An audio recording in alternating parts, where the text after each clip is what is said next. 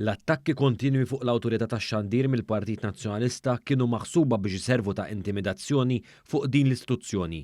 Dan bilan li din ma tieħux passi legali kontra l-Partit Nazzjonalista stess għal fatt li ilu ma jħallas il-liċenzji tal-medja tiegħu għal numru ta' snin.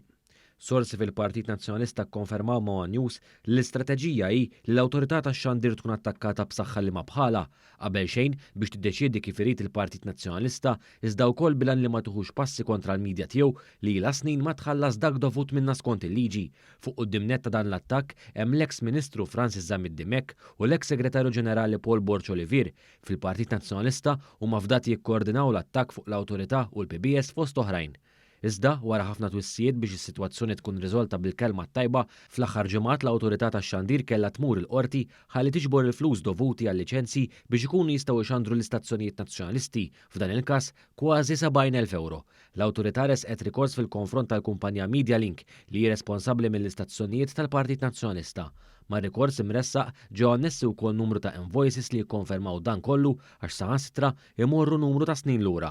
Jirriżulta li l-kumpanija tal-Partit Nazzjonalista dejjem qalet li se tħallas il-liċenzji tat-televiżjoni u radju tagħha, iżda minflok il-partit fetaħ attakk fuq l-awtorità. Kien Bernard Grek innifsu li kien mar fil-bini tal-awtorità fil-Ħamrun u ħareġ id-dida wara laqgħa li kellu hemm. Minn barra l-liċenzji mhux imħallsin marbutin max-xandir tat-televiżjoni u tar-radju, il-kumpanija Media Link ma ħallsitx ukoll għall-użu tal-antenna f'Ħararawr.